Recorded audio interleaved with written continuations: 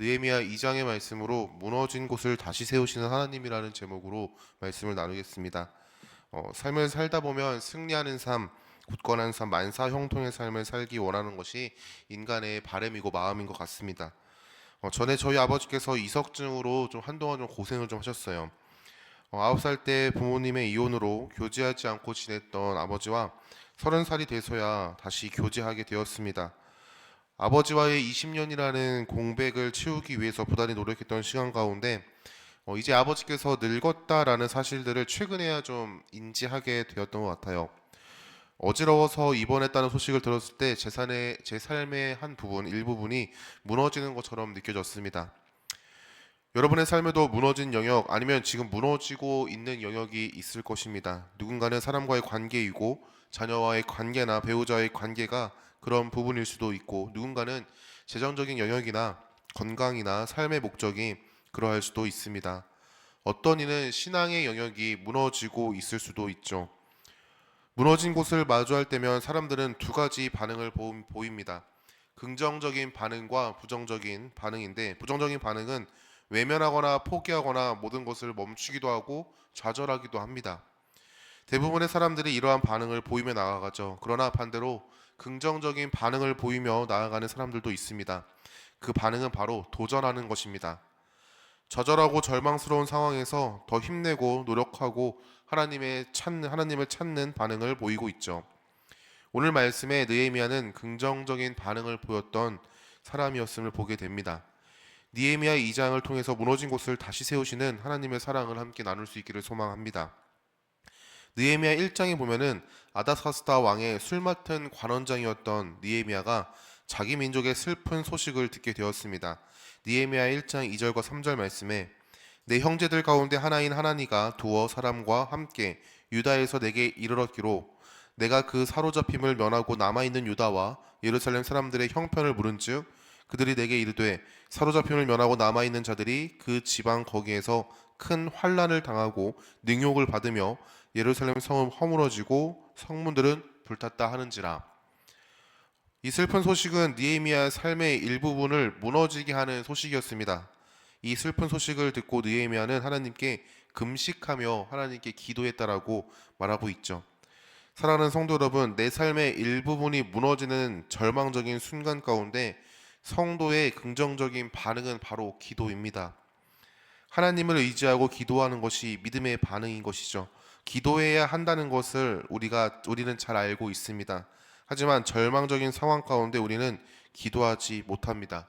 절망하고요, 당장의 문제를 수습하고 싶어 하고, 더 나아가 이 상황 가운데 하나님을 원망하기도 하죠. 제가 아버지가 입원했다는 소식을 듣고 할 수 있었던 것은 바로 아버지에게로 달려가는 것이었습니다. 우리의 삶의 영역이 무너지는 가운데 바로 기도한다는 것은요, 쉽지 않은 반응이에요. 그렇다면 느헤미야는 어떻게 기도할 수 있었을까요? 느헤미야는 무너진 영역조차 하나님의 통치하심 가운데 있음을 인정했기 때문에 무너진 영역을 바라보며 기도할 수 있었습니다. 느헤미야 1장 4절에서 5절 말씀에 이렇게 고백합니다. 내가 이 말을 듣고 앉아서 울고 수일 동안 슬퍼하며 하늘의 하나님 앞에 금식하며 기도하여 이르되 하늘의 하나님 여호와 크고 두려우신 하나님이여 주를 사랑하고 주의 계명을 지키는 자에게 언약을 지키시며 긍휼을 베푸시는 주여 간구하나이다. 이 기도는 느헤미야의 무너진 영역을 회복하는 하나님의 일하심을 바라보는 시작이었습니다. 느헤미야는 그저 눈앞에 무너진 상황 가운데 자신의 처지와 상황을 바라보며 좌절하는 것이 아니라 하나님을 바라보았습니다. 그 하나님은 언약에 신실하신 하나님이었고 자기 백성을 버려두지 아니하는 하나님이었으며 그리고 세상을 창조하신 하나님이었죠. 사랑하는 성도 여러분, 무너진 영역이 있으십니까? 관계나 건강이나 목표나 열정, 물질 등등, 그리고 신앙이 무너져 있거나 무너졌을 수도 있습니다. 그렇다면 성도의 긍정적인 반응은 기도입니다. 우리가 기도했으면 좋겠습니다. 기도한다는 것은 세상의 소리와 방법을 무시하는 행위가 아닙니다. 기도는 하나님의 주권을 인정하고 하나님의 인도하심과 뜻하심과 그 상황마저도 하나님의 주권 아래 있음을 고백하는 우리의 믿음의 고백인 것이죠. 이 고백이 하나님의 일하심을 보는 우리의 시작이 될 줄 믿습니다. 느헤미야는 하나님께 기도했습니다. 그러나 그의 얼굴에는 여전히 근심이 가득했습니다. 믿음 없음의 반응이 아니라 자기 민족을 향한 긍휼함의 반응이었던 것이죠. 그런데 이 모습이 왕 앞에 나아갈 때 드러났었나 봅니다. 아닥사스다 왕이 묻습니다. 느헤미야 2장 2절 말씀에 네가 병이 없거늘 어찌하여 얼굴에 수심이 있느냐? 이는 필연 네 마음에 근심이 있음이로다 라고 묻습니다. 술 맡은 관원장으로서 느헤미야는 절대 왕 앞에서 수심이 있는 모습을 보여서는 안 됩니다. 근심하는 그 모습은요, 절대 왕 앞에서 보여서는 안 되는 모습인 것이죠. 그 이유는 왕의 암살을 의심할 수 있기 때문입니다. 왕의 질문에 느헤미야는 자기 민족이 겪는 어려움에 대해서 왕 앞에 모두 토로합니다. 느헤미야의 말을 들은 아닥사스다 왕은 느헤미야에게 이렇게 묻습니다. 무엇을 해주기를 원하느냐라고 말이죠. 이에 느헤미야는 성벽 건축을 위해 자기를 예루살렘에 보내주시고 조서를 작성하여 가는 길을 형통하게 하시며 성벽 건축에 필요한 물건을 협조해달라고 왕 앞에 간구합니다. 어떻게 보면 느헤미야의 반응이 뻔뻔해 보이기도 합니다. 술 맡은 관원장이라는 높은 직책을 갖고 있는 관료라고는 하지만 왕에게 자기 백성을 위한 도움을 상세하게 그리고 과하게 요구하는 것만 같습니다.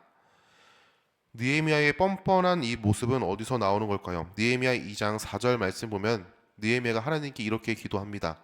왕이 내게 이르시되 그러면 네가 무엇을 원하느냐 하시기로 내가 곧 하늘의 하나님께 묵도하고 라고 얘기하죠. 하나님께 묵도했다는 것은 하나님의 선하심을 의지했음을 이야기합니다. 느헤미야는 자신의 직위와 왕과의 관계성이나 자기의 언변, 능력을 의지하지 않고 왕 앞에 두려움 가운데서도 하나님의 선하심을 바라며 간구하였습니다. 느헤미야가 하나님을 의지할 수 있었던 이유는 하나님의 약속의 말씀에 근거합니다. 1장에 보면 느헤미야는 하나님께 기도하는데 하나님의 약속을 근거로 기도하죠. 느헤미야 1장 8절과 9절 말씀입니다.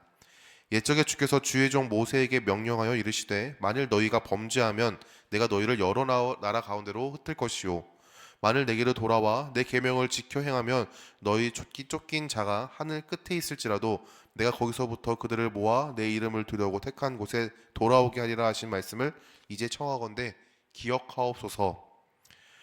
느헤미야는 신명기 4장 25절과 27절의 말씀을 근거로 하나님께 간구합니다. 약속을 근거로 한 느헤미야의 기도는요, 하나님의 선하심을 바라보는 통로가 되었습니다. 하나님의 약속은 반드시 성취가 되는 것이죠.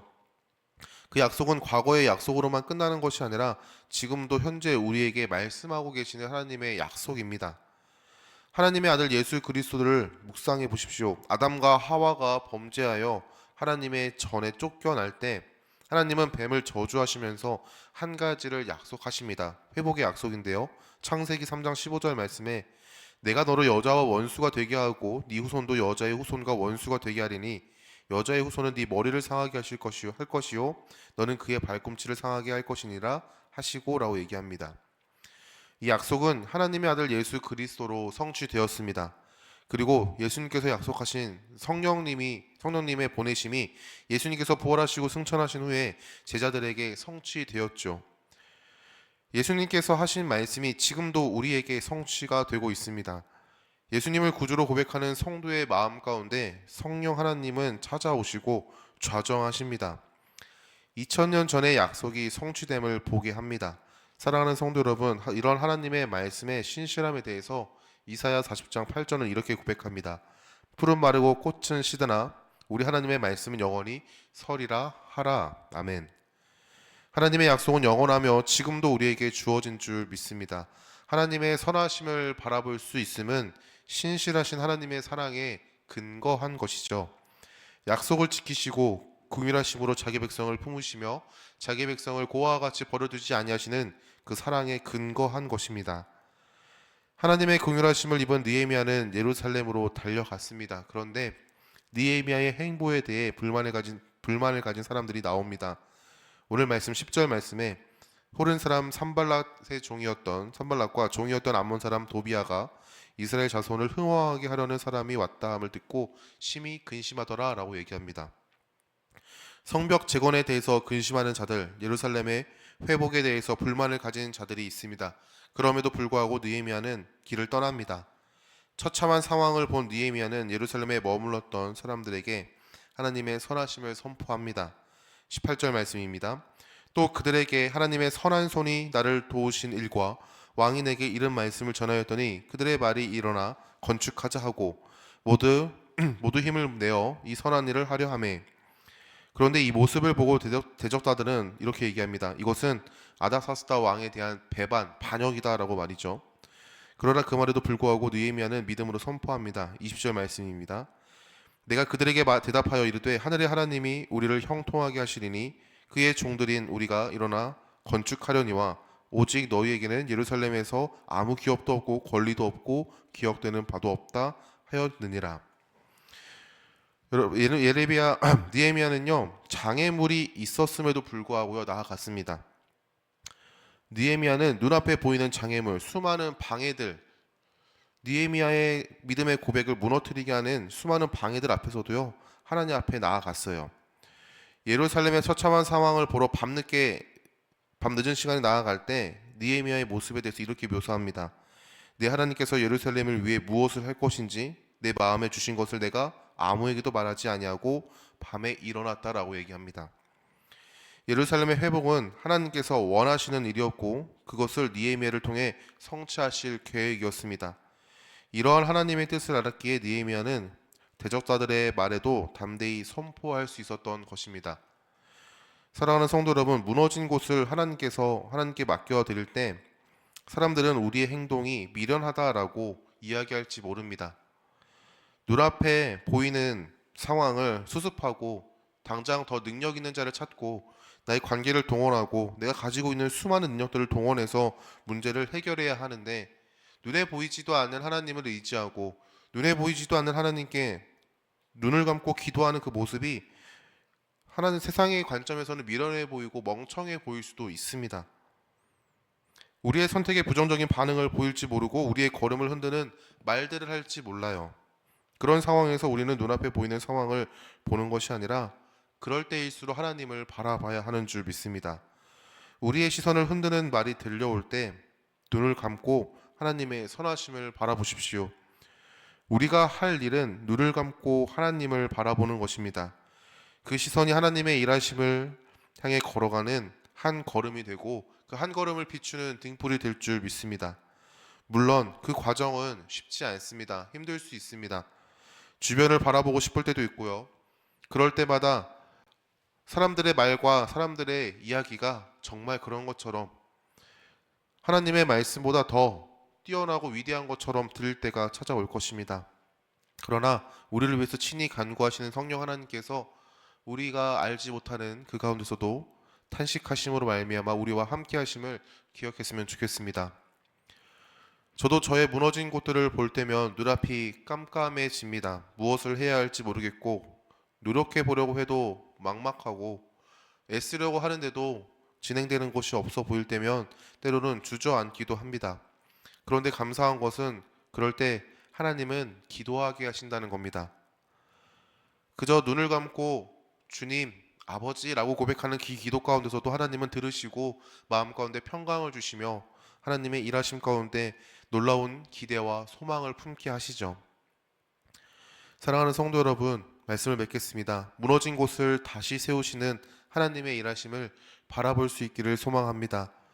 우리의 간구 앞에 하나님은 그저 우리가 얼마나 잘하나 바라보시는 것으로만 끝나지 아니하시고 하나님은 직접 일하시는 분이십니다.